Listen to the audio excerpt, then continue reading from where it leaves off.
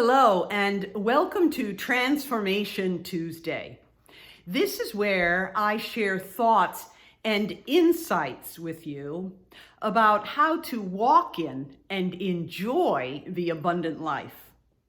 Today, I'm going to be sharing with you about the pause, about something I offer to my clients all the time, to practice the pause.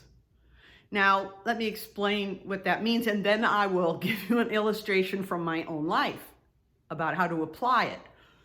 Because that's what these videos come from, a request that I would share my own transformation journey. So here we go. First, the pause.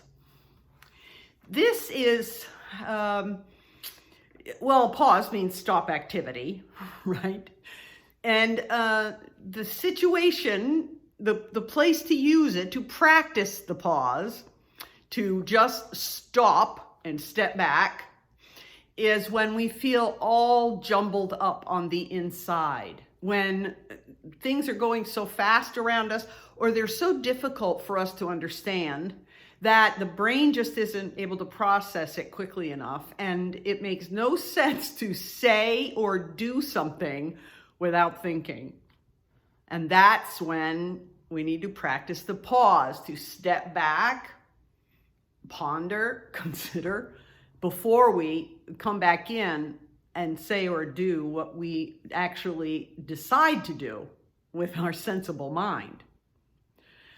Now, that may sound pretty cut and dry, and you understand exactly what I'm talking about, but let me just give you an illustration. I'm laughing because it's not really funny. It's funny now, but it wasn't funny at the time.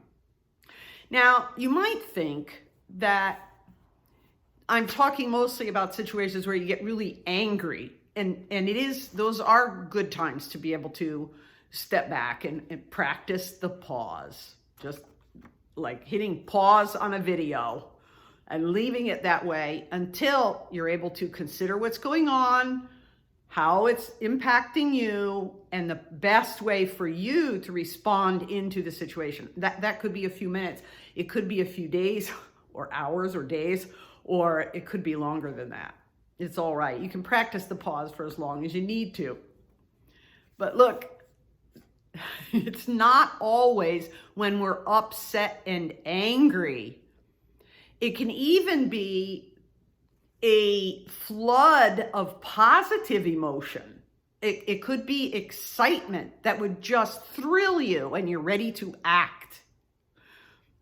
Now, that happens to me, and it did happen to me recently. I'm going to tell you about it, and then I'm going to offer you what I know that I should have been doing at the time, and I encourage my clients to do.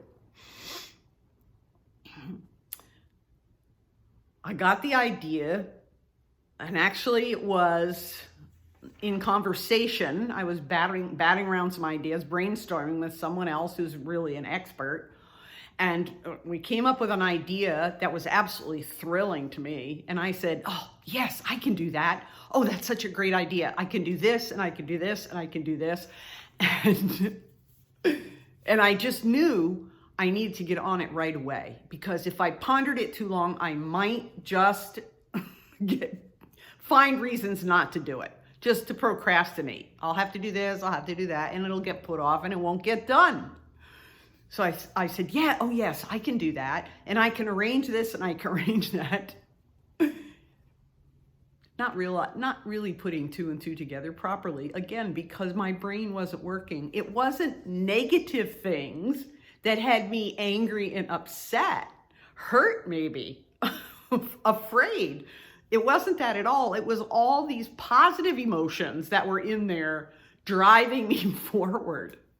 And so I said, oh yeah, I could do that before I go away. You see, I had a vacation coming up, actually a time when I had determined months in advance that I was just going to do nothing when I was there. I was going to just completely relax, step back from life.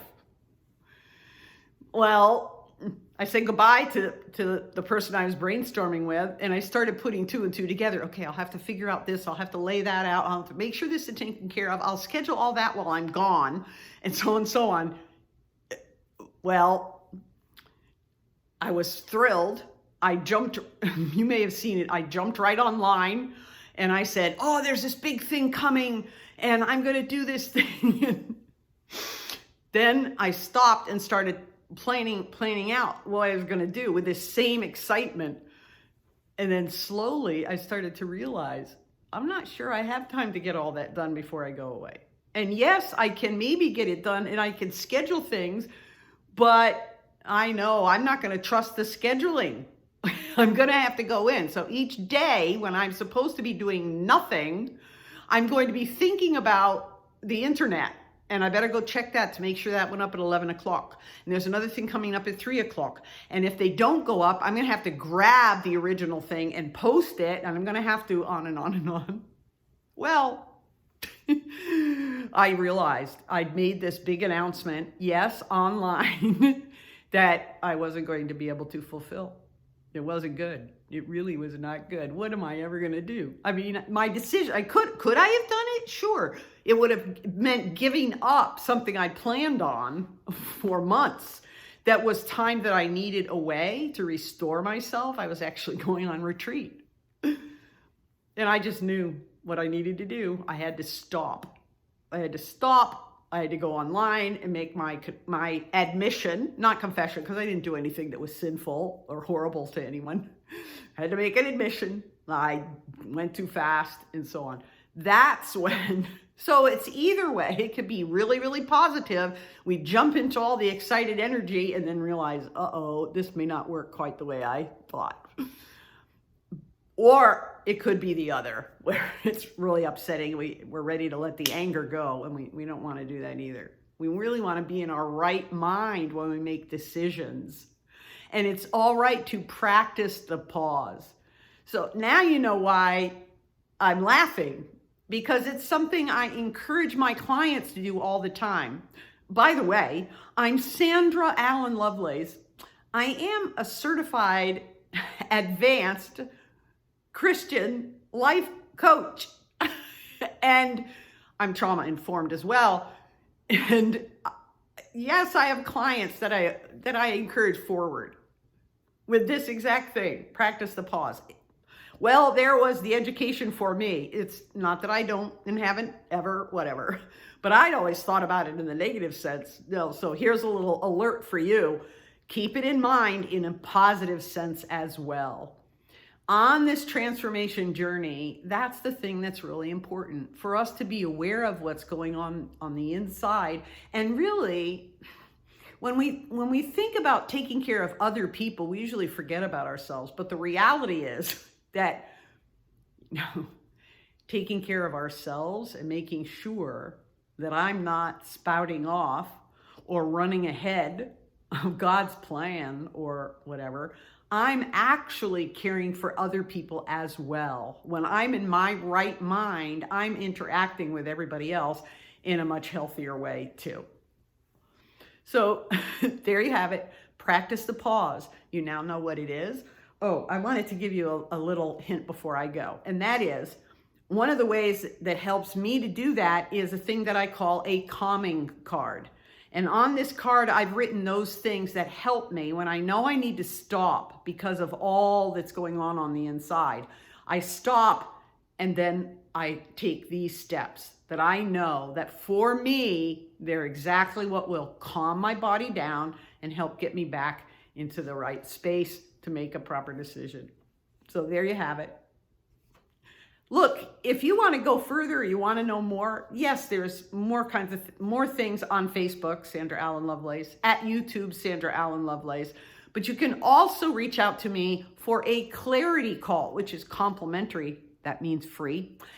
And we can interact about where you are and where you'd like to be and see if, I've been encouraging other women forward. Maybe it's time for you to take my hand and let me show you the way too.